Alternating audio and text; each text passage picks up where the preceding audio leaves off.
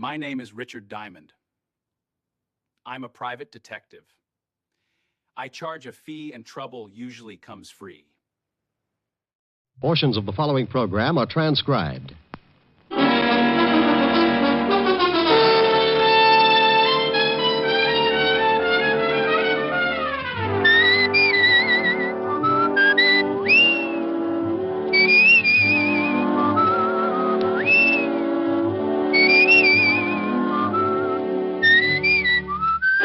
Here's Dick Powell as Richard Diamond, private detective.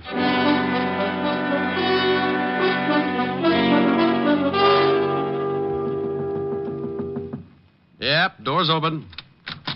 Mr. Diamond, Well, Angelino, come in. I didn't know whether you were busy or not. If you didn't hear the drums, you know I'm not busy. Drums, Mr. Diamond? Well, it's sort of a ritual, Angie.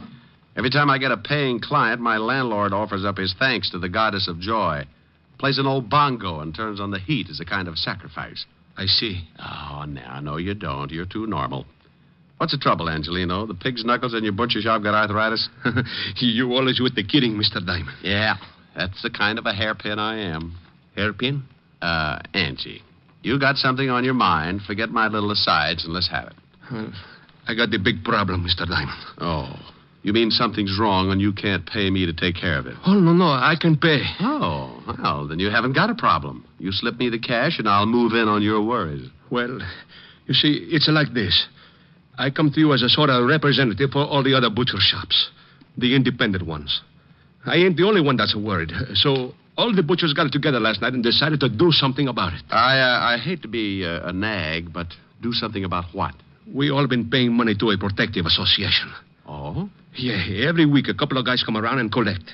If we don't pay, we get our shops busted up. And if that ain't enough, we get our heads busted too.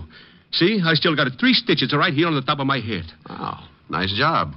What'd the doctor use, a loom? I got it this last week when those 2 guys come for the money. I couldn't pay, so one of them hit me with a blackjack. You're lucky you didn't use one of your salamis. Might have been a job for homicide. He knocked me out when I come to. My shop was a mess. And there was a note saying that they'd be back. Well, you better go to the law, Angelino. They'll give you good protection and won't cost you a thing. We discussed that at the meeting, but we decided it was too dangerous. We've been warned that if we go to the police, we'll get hurt bad. We got the families, Mr. Diamond. We can't take the chance. Yeah. Tell me, have these 2 Garniffs been back to see you? Garniffs? Oh, Angie, you're going to be a lot of trouble. Garniffs, hoods. Hoods? Gangsters, bad little boys. Oh, no, they ain't been back. Not yet. Well, for you or a Rockefeller, my fee's the same, Angelino. $100 a day in expenses. We took up a collection. I only got $100. Oh, why does this always happen to me? I'm going to end up making Simon Legree look like Snow White. You only got 100, huh? Yeah, but we thought of something. If it costs more, you can take it out in trade at any of the butcher shops. Well, it's liable to run into a lot of ham hocks. It's the only way we can pay you. So I'll throw a barbecue.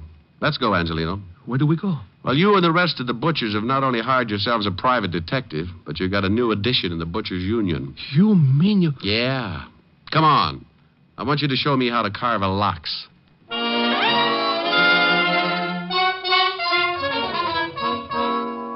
Well, that's what happens when your reputation gets around to the butcher shops. I'd been buying cold cuts from Giuseppe Angelino for the past 2 years and telling him what a great detective I was. I should have known he'd never take my word for it, so now I had to prove it. His shop was over on 10th Avenue, so we walked over and went in. He took me around behind the counter and handed me a white apron. I don't get it. Why you want to be a butcher? Well, Angie, you want me to get a line on these 2 guys who do the collecting, don't you? Sure. Well, I can only think of 2 ways I could watch them and not look suspicious. Make like a butcher or crawl in with the ground round. Huh? Think what would happen if someone looked down for the price of ground round and caught it staring back at them. Oh, that's a good one. That's pretty good. Oh, now, come on, Angie. It wasn't that funny. You got my $100, ain't you? It's a riot. Yeah. Well, come on. Let's show me what happens with this butcher racket. Customer. I'll show you later. Well, nothing like learning fast. Let me handle the sale. Think you can? Here she comes. Oh, good morning, Mrs. Hennessy. Oh, good morning, Mr. Angelino. Business must be good. I see you have a new butcher. Oh, yes. This is a Mr. Hangtooth. Hangtooth? Hangtooth? Good morning, Mrs. Hennessy. Something I can do for you? Oh. Yes. How much is the lamb shoulder today? Oh, yes. Which one? What? Look, maybe you better let me take... Relax, Angie. I'll make it. Which shoulder would you like, Mrs. Hennessy? Well, is there any difference, young man? Oh, yes. You see, this lamb is really a ram. A ram? Oh, sure. You hurt his shoulder playing against the Eagles 2 weeks ago. We're also selling his shoulder pads at 21 cents a pound. Mr. Angelino. You'll find him hanging in the back with the spare ribs. Now, if you can tell me which shoulder you want, I'll wrap it up and send it off tackled between the liver and the knishes. Well, I never... Well, of course you haven't. That's the trouble with you people. Now, here's a nice little ram that played his heart out. Oh, by the way, the heart is a special today, 11 cents a pound. Angie, Is she gone? like a laundry in a tornado. What for do you want to do that, Mr. Diamond? She was one of my best customers. I wanted to get her out of here, and I wanted to get her out in a hurry. But why do you have to do it like that? Not a lamb, a ram. Which shoulder do you want, Miss Hennessy? Look, Angie, I'm sorry, but you can explain it to her later. Just as she came in, I spotted 2 guys heading this way. When they saw her, they backed off. They're standing across the street right now. Where? Right over there in front of the cigar store. Hey, one of them has got a hatchet. Oh, no, not that one. You're looking at the Indian. Over there. Oh, yeah. That's them. That's the 2 guys who hit me on the head. They're the ones who come around to do the collecting. Well, they're coming again. You better duck. I'll take care of it. You be careful. They're pretty rough monkeys. Go on, now beat it. They're almost here. Yeah. I'll be in the back. One meatball, I got you under my skin. Well, good morning, gentlemen. What can I do for you? Where's Angelino? Oh, well, he's out buying some old buffalo. I'm the new assistant. Buffalo? Red, shut up. And get your hand out of the pickles. All right, now tell me, new assistant, when'll he be back? Well, that's hard to say. These buffalo are in Wyoming. Oh, yeah. Carl, you know, I think this guy's trying to be funny. You win yourself a lamb chop. How'll you have it, with or without the bloomers? You know something, Red? I think you're right. What's your name, laughing boy? Hangtooth. Hangtooth. Oh, I'm going to have more fun with that. It throws everybody. Well, look, Hangtooth. You know who we are. How many guesses? You won't even need one. We're in a hurry. We're collectors. We put all the scraps out in the back in a can. You can't miss it. I don't like you. Well, I have a friend. Maybe we could double date. Look, let's stop the clowning. If Angelina didn't tell you about us, it's going to be too bad for you. We're here for some money. We get it every week. $25. Yeah. Last week, Angelino didn't have it, so he accidentally hit his head. We figured that all that blood would make him remember it this week. Well, I'm sorry, friend, but Angie didn't say anything about it. Tell me, what does he pay you boys for? Oh, little things. Protection, mostly. You see, if he paid us last week, he wouldn't have hit his head. You know something? I know a big fat cop who would just love to hear all about this protection Angie's paying you for. You do, huh? Yeah, I do, huh? Well, look, seeing as how you're a new boy around here, maybe we ought to tell you first. Why don't you do that? Let's go on the back. I like it here. I listen better. You do, huh? Is that all you guys can say? Now get out from behind that counter. Oh, I want to explain the thing to you. Yeah, go on, Red. Explain it to Mr. Hagtooth. Hangtooth. You'll have to pardon him. He don't hear so well. How's your hearing, Hangtooth? Depends on what I'm listening to. If it's dull, I might end up with an ear trumpet. You might end up with one whether it's dull or not. Now, seeing as how you're working for Angelino, you're going to need protection, too. So let's have the $25. I want to know what I'm buying. Sure. Here. Oh, now, don't you know it isn't nice to go around breaking up showcases, and especially with that nasty old sap? Well, you never know when things are going to get busted, see? Now, don't you think you need protection, Mr. Hangtooth? Tell you what I'll do. I'll pay you for protection if you'll pay me. Pay you? For what? Well, you never know when things are going to get busted. Like your jaw, maybe. Why, you... Hey, Carl, help me. Yeah, sure I'll help. This looks like my head breaking day.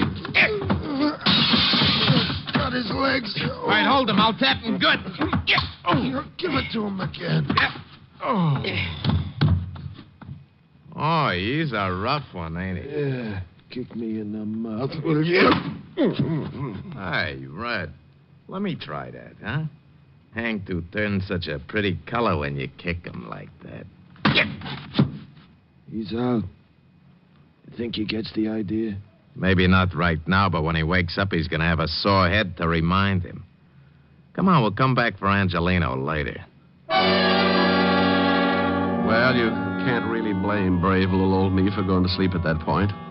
One I could have handled, but in that cramped space behind the counter with both of them coming from different directions, I had to give up sooner or later. And I did for about 20 minutes. When I finally snapped out of it, I looked up and saw 3 heads staring down at me. 2 herring with Angelino in the middle. You all right, Mr. Diamond? Oh, Angie, do you always ask people that right after they've lost their blood? Here, let me help you get up. Oh, swell. Now, look for my eyes, will you? I didn't know what to do.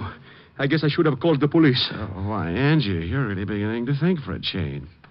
Oh, let me sit down. But when I thought about calling the police, I also thought about my family. Those 2 men might have beat up my family just like this. Yeah, I guess you're right. You take the $100, Mr. Diamond, and forget about this. It's too dangerous.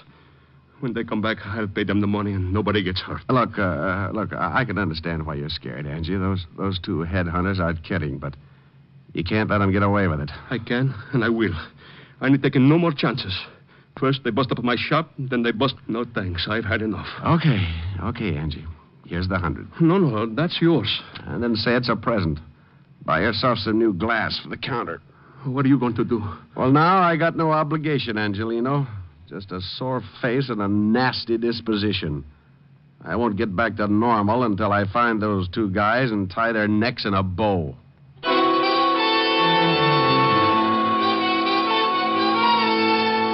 I left Angelino's shop and headed for the 5th Precinct Police Station. I wanted to look up 2 sure bets for the police gallery. One named Carl, the other Red. 2 guys who went around scaring poor little businessmen like Angelino. By the time I reached the station, the aches from the beating were making me very unhappy, and when I walked into the squad room, I spotted something that didn't make things any better. Yeah, what do you... Holy cow, Diamond. Well, Otis, I'm glad you noticed. It means I put myself together all right. What's the matter with your voice? I got a cold. Sounds like you swallowed a rattlesnake. Yeah? Well, what happened to you? Oh, don't be silly. I always bleed just before lunch. Yeah, how'd it happen? It wasn't easy. Is the lieutenant in? Sure, go ahead. Thanks. Say, Otis, when are you going to start shaving in the morning? Why? What's wrong? Your 5 o'clock shadow is 4 hours fast. Oh. Hello, Walt. Now you listen to me. Wow. You like it? What hit you? Wait till the bruises show up. I come on in Technicolor. Someone sure did a good job. And that someone is 2 guys, one named Red and the other Carl. Red, then Carl. Yeah. I got closest to Red. Name matches the hair, busted nose, about 190, and very nasty with a sap. And Carl? Dark greasy.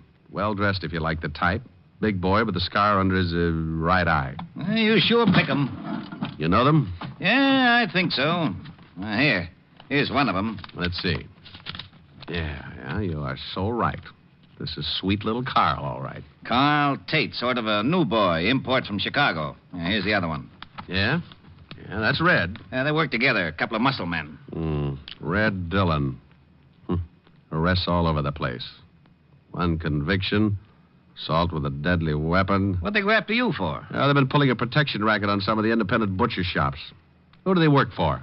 They used to work for Jack Arnold before he got sent up. Well, I know they're not working this setup alone. It's too big. No, they wouldn't be. Hey, Tiny Easter's in town. Tiny Easter? Oh, used to be Arnold's right-hand boy. That's right. Came in about a month ago. I'd love to get something on him. Nobody has ever been able to nail him. Well, it adds up. He used to work for Arno, so did Carl Tate and Red Dillon. Now, if we can't pick him up just because 2 of his boys worked you over, I just say they weren't his boys. I don't want him picked up. I want Carl and Red. If Easter goes along with the deal, you can have him. And what are you going to do? Get cleaned up and pay Mr. Tiny Easter a visit. What's his address? Well, he's got an office on East 48th Street, 804. Thanks, Walt.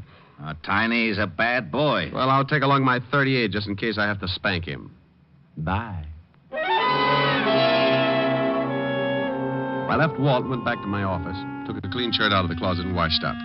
I locked up again, went down to the street, grabbed a cab. 20 minutes later, I was standing in the reception room of Tiny Easter's office.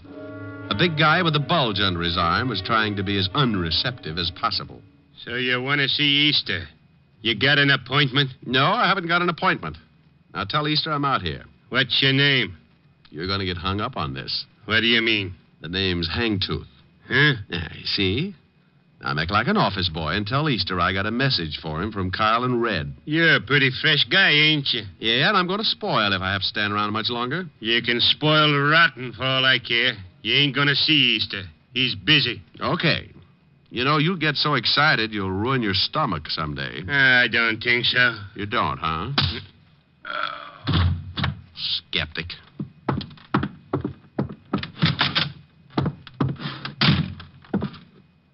What do you want?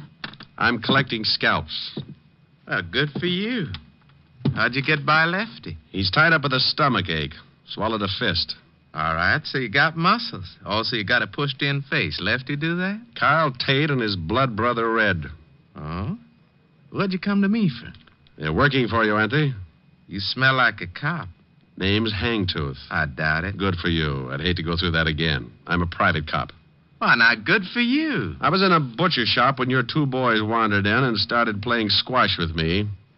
I don't like to get pushed around, Easter. And I don't like your racket. I want Carl and Red. And if I get you along with them, the state'll hang a medal on me.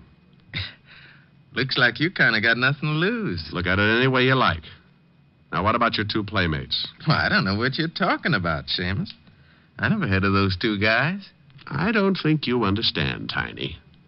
I'm pretty mad. I'm going to find these two guys, and I'm going to do it even if I have to be unpleasant with you. Why, Mr. Hangtooth, what do you mean by unpleasant? You break a leg, that's unpleasant. Oh? Well, I got something in this drawer might change your mind. Yeah? Oh, my hand. Okay, a busted hand. Unpleasant enough? Take your foot away. You're breaking it in two. Drop the gun in the drawer. Okay. Now, let me explain it again. If you go out and shoot 12 people tomorrow, I'm going to be sore about it. But when you start intimidating a bunch of hard-working little guys and their families, I go off like a skyrocket. Then when a couple of your cheap gunsols push me around, I explode.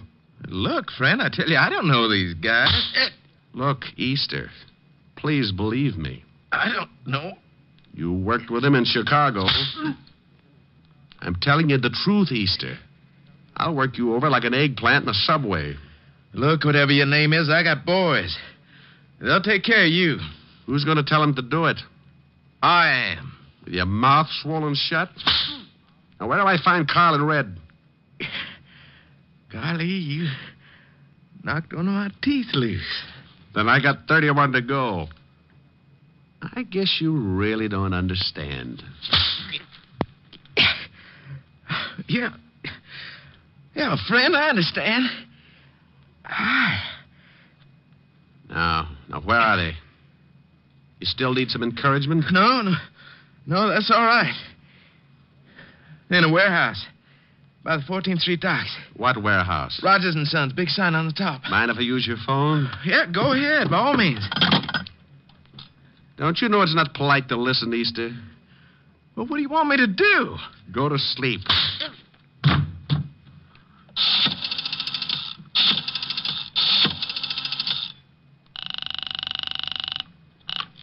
Homicide, Lieutenant Levinson. Walt, Rick, I'm up at Easter's.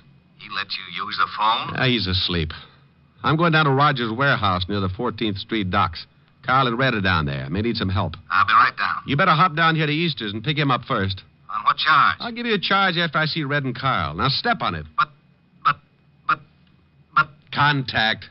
I left Easter's office looking like a second-class rest home and headed for the warehouse on 14th Street. It was getting late in the afternoon when my cab pulled up near the river and I got out. The cold breeze was kicking up little patches of white on the water, and a light fog was moving in from the Atlantic as I started toward a big building with a sign on the top that read, Rogers and Sons, Importing. The place was boarded up, but a window in the basement showed signs of recent use, so I jimmied it open and dropped down on the dark, cold pavement. I held my breath and listened. There was a radio playing from somewhere in the front of the building, so I started moving toward it. I went up a flight of stairs and onto the first floor. The radio was louder now, and I could make out an office door with a small light shining under the crack at the bottom. I moved up close and listened. Hey, Carl. Yeah? Shut off the radio. Okay. What do we have to hide out in here for? Because Easter said to. Besides, we don't know who that guy was we worked over this morning. He might have been a cop. So he was a cop. We worked cops over before. Look, Easter said we should stay undercover for a few days, so we stay undercover. Why not deal the cards? Oh. Off that top. Get it? That's probably Easter. Yeah. Yeah? Yeah. What? He did, huh? Hey, what's the matter? Boss! What's going on? I don't know. That was Easter. The guy we worked over was in his office, pushed him around, and now that guy's headed down here. We can handle him. Sure, but something's wrong. Just as Easter was going to say what to do, it sounded like he got into a fight. I heard some guy tell him to drop the phone. Hey, the cops. Yeah. Come on, let's get out of here. Yeah. Good afternoon, boys. Hangtooth. Hagtooth. Come back here, Carl. Help me. You shouldn't have pulled a gun, Red. Since when do you butchers carry rods? Since we get pushed around by guys like you. I'm going to go get your friend. You can't leave me. I'm shot bad. I can't take it back. The law will be here in a minute. You're a lousy butcher. I hope Carl pays you good. I'll see he gets a chance to try. I left Red lying on his face and ran toward the front of the building. The only way out was that window in the back, and Carl was sure to be hiding somewhere in the dark, hoping to get around me and head for the basement. There were a dozen places to hide in that warehouse, but I had one advantage. He couldn't see me any better than I could see him. I backed up against the wall. Come on, Carl. Red's hurt pretty bad. The law's on the way. You got to get me to get out of here. He was behind a pile of packing cases and had a big gun just to make things tougher. I eased along the wall, trying to get behind him when I suddenly bumped into something. I turned around and felt to see what it was. A ladder, straight up to the steel beams overhead. I put my gun under my arm and started up the rungs.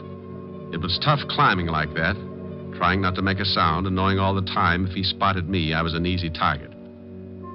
About halfway up, I stopped, held on with one hand, took off my shoe with the other. The idea was to drop the shoe, draw his fire, and nail him before he found out where I was. I dropped the shoe.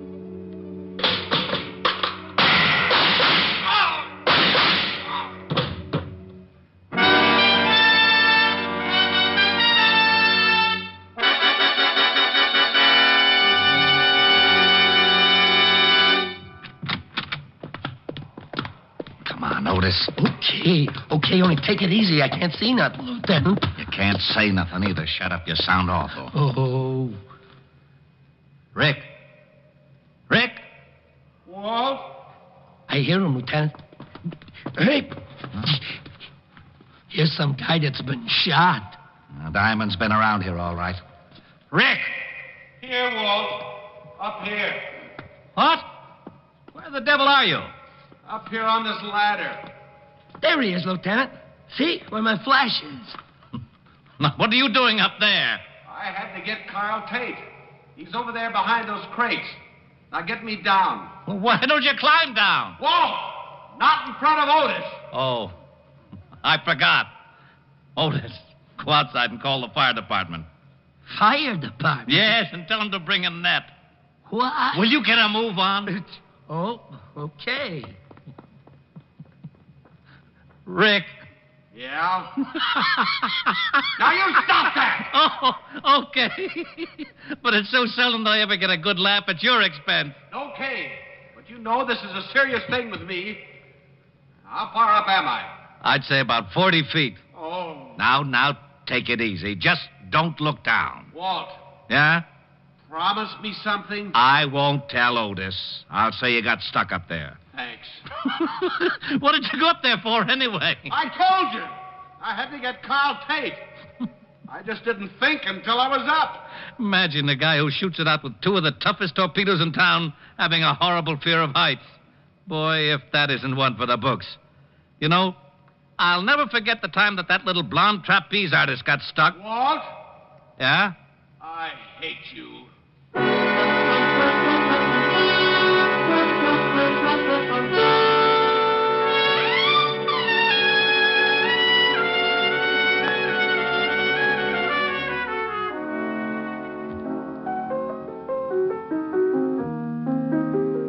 Rick, how's your face? Fine. How's yours? Now you stop that. Oh, nice and soft. Rick, What's the matter? I'm just nuzzling a little. you're just nuzzling a lot. You want to nuzzle, you got to sing. Oh, no. No nuzzling. Oh, yes. No sing, no nuzzle. Fiend. Piker, Just a real nuzzle. I think you're after my earrings. No. If I sing, Yes, I was ready. I was listening.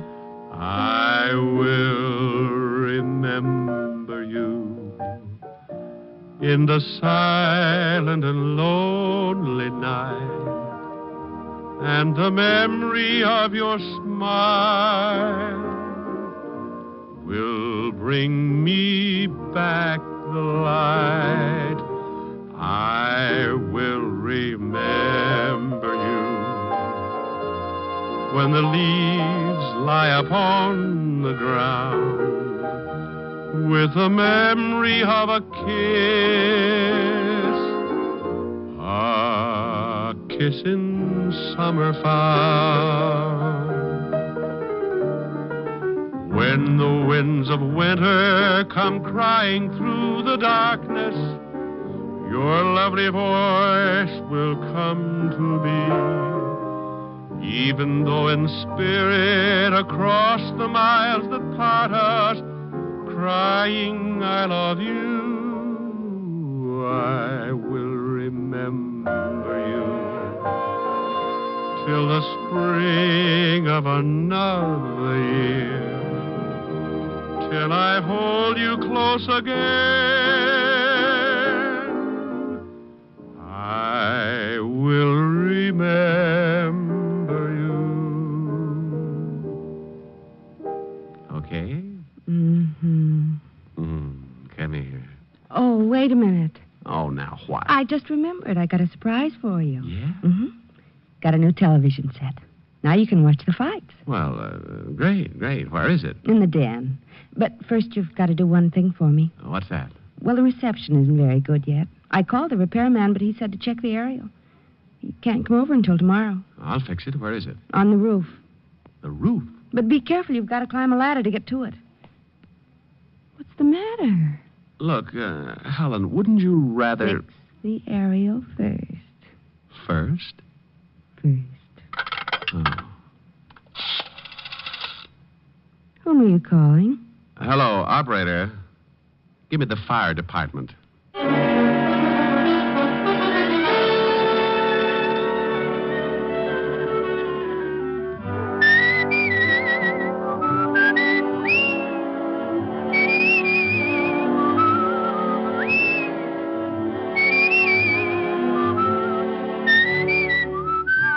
You have just heard Richard Diamond, Private Detective, starring Dick Powell. Helen was played by Virginia Gregg, Lieutenant Levinson by Ed Begley. Also in our cast were Wilms Herbert, Nestor Paiva, Paul Frees, and David Ellis. Music was under the direction of Frank Worth. Richard Diamond is written and directed by Blake Edwards. Portions were transcribed. Dick Powell soon will be seen in the screen version of the best-selling novel, Mrs. Mike. Now, this is Eddie King with an important reminder. Richard Diamond will next be heard on Sundays 1 week from tomorrow. Remember, Richard Diamond, starring Dick Powell, will next be heard on Sundays beginning January 15th. Consult your local paper for time of broadcast. What's on NBC tomorrow? The hilarious Phil Harris Alice Faye Show. And for mystery, Sam Spade, directly following Phil and Alice. Next, Hollywood Star Theater with Dorothy Lamour on NBC.